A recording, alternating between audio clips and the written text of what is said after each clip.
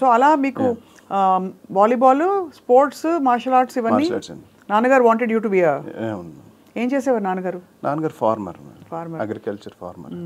చిన్నప్పుడు అయితే సినిమాల్లోకి ఎందుకురా ఇవన్నీ అని అనలేదు? లేదు మేడం, విజయవాడ అంటే బేసిక్గా ఫిల్మ్స్ చాలా, అసలు మెయిన్ ఎంటర్టైన్మెంట్ ఫిలిమ్స్ కాబట్టి బాగా ఇంట్రెస్ట్ ఉండేది.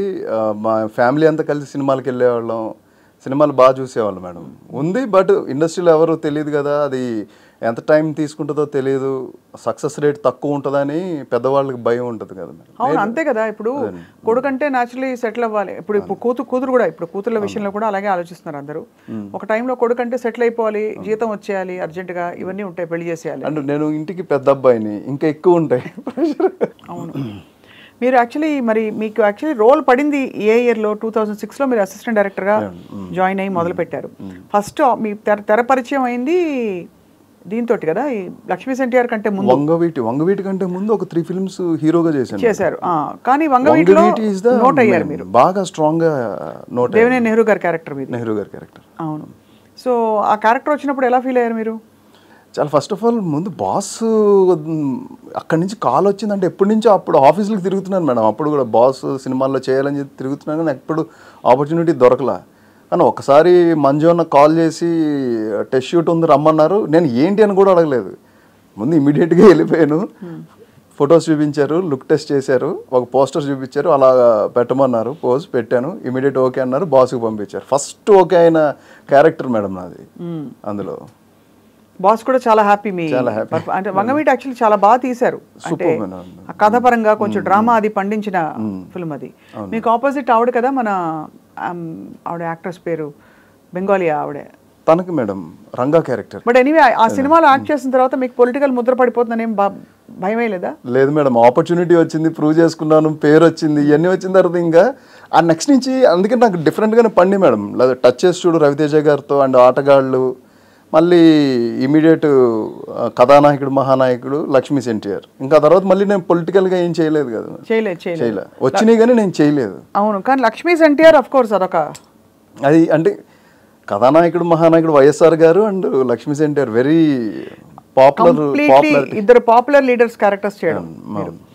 So first let start with కథానాయకుడు మహానాయకుడులో వైఎస్ఆర్ గారి క్యారెక్టర్ వేయడం. ఏమని చెప్పారు మీ క్యారెక్టర్? ఇలా వైఎస్ఆర్ గారి క్యారెక్టర్ అన్నారు. నేను ఇమీడియట్ కృషి గారికి అలా ఒబే చేశాను. లేదు లేదు లేదు, అది నీకు రాసి పెట్టుంది, వచ్చింది అని అన్నారు.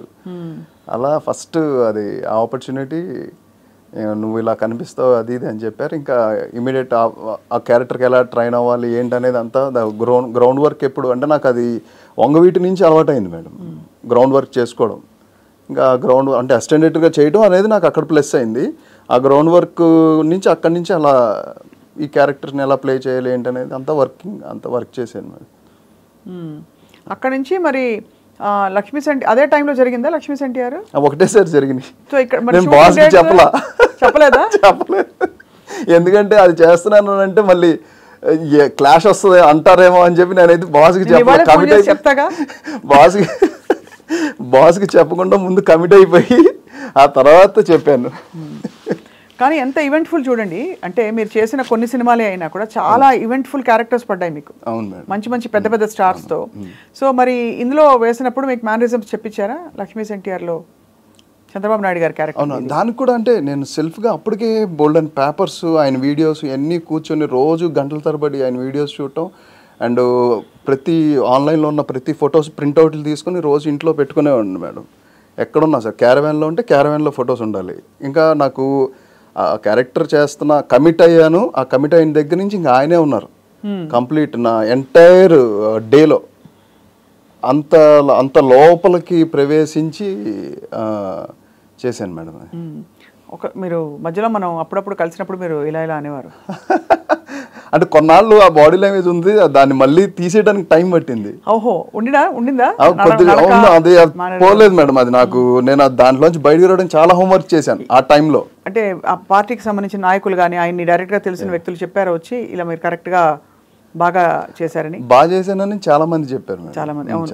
అలాగే వైఎస్ఆర్ గారి క్యారెక్టర్ కూడా మీరు బాగా చేశారని, అంటే చాలా తక్కువ టైం కనిపించినా కూడా ఇంపాక్ట్ఫుల్గా ఉండింది మీ ప్రెజెన్స్. అవును మేడం. యా, వీటన్నిటికీ శ్రీతేజ్ మీకు టైంకి డబ్బులు ఇస్తారు వీళ్ళందరూ సినిమా వాళ్ళు? పర్వాలేదు. అంటే చాలా డెలికేట్ క్వశ్చన్, కానీ ఎందుకు అడుగుతున్నానంటే న్యూ కమర్ అన్నప్పుడు న్యాచురల్లీ అందులో మీకు సినిమా బ్యాక్గ్రౌండ్ లేదు కదా. అవును. సో ఇనిషియల్ డేస్లో కొంచెం మనం అడగడానికి జంకుతాం, ఆ తర్వాత ఇబ్బంది అవుతుందని చెప్పి చాలా మంది చెప్పుకోగానే విన్నాను. సో మీకు అలాంటి ప్రాబ్లం ఎప్పుడు రాలేదా? అంటే వచ్చినాయి, కానీ ఇంకా సముద్రంలో ఈదుతున్నాం అని తెలిసినప్పుడు భరించాలి మేడం కొన్ని. అందుకనే వచ్చిన ఎకానమీని జాగ్రత్తగా పెట్టుకుని ఆ వచ్చిన వాటితో ఎంత జాగ్రత్తగా పెట్టుకుని ట్రావెల్ అవుతున్నాం అనేది చాలా ఇంపార్టెంట్ మేడం.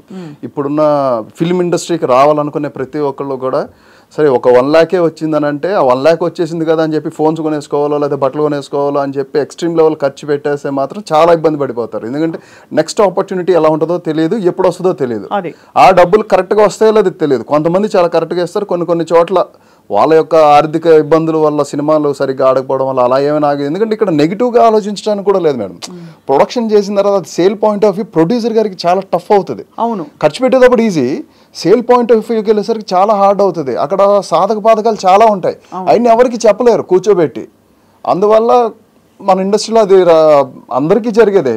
ఏదో నేనే కదా, పెద్ద పెద్ద హీరోలకి అందరికీ కూడా జరుగుతుంది అని నేను. కానీ ఒక స్టేజ్ దాటిపోయాక అది ఎఫెక్ట్ చేయదు, ఎందుకంటే ఎకానమీ ఆల్రెడీ స్టాగ్నేట్ అయి ఉంటుంది.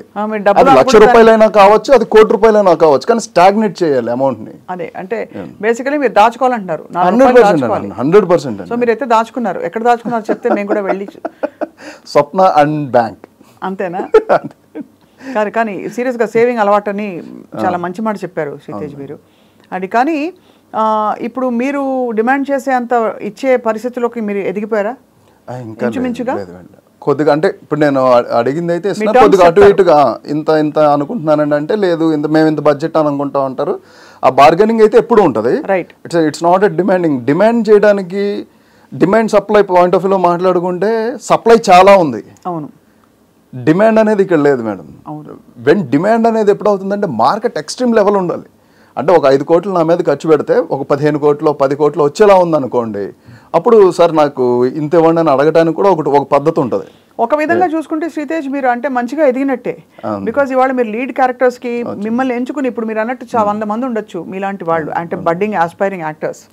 బట్ మీరు ఎస్టాబ్లిష్ అయినా కూడా కొత్త పరిచయం, అంటే న్యూ ఇండస్ట్రీకి మీకు ఒక మంచి లీడ్ రోల్ ఇచ్చారంటే యూ హ్యావ్ గ్రోన్ ట్రెమెండస్లీ. అవును మేడం. లేట్గా అయినా లేటెస్ట్గా అయింది. అది కళామ తల్లి బ్లెస్సింగ్ మేడం. అమ్మ బ్లెస్సింగ్స్. నేను అదొకటే బిలీవ్ చేస్తాను. ఎప్పుడైతే మనం బిలీవబిలిటీ అండ్ ఏ ఫీల్డ్లోకి అయితే వచ్చామో ఆ ఫీల్డ్ నమ్మాలి కంపల్సరీ. ఇంట్రెస్ట్, లోపల ట్రస్ట్ చేయాలి. నేను ఎందుకు వచ్చాను, నేను ఏం సాధించాలనుకుంటున్నాను ఏంటనేది లోపల అంతరాత్మక అయినా సరే గట్టిగా చెప్పుకుంటూ ఉండాలి. చెప్పుకుంటూ ఉంటున్నప్పుడు అది ట్రావెల్ చేపిస్తుంది మేడం. అది ఎలా జరుగుతుందో కూడా మనకు తెలియదు. 18 సంవత్సరాలు గడిచిపోయినాయి అంటే ఎలా గడిచిపోయినాయో నాకు కూడా తెలియదు. ఒక్కోసారి అవును అన్ని ఇయర్స్ గడిచిపోయింది, ఓకే లెట్ ఇట్ బి అన్నట్టు అనిపిస్తుంది, కానీ నాకు వేరే ఏమనిపించలేదు మేడం.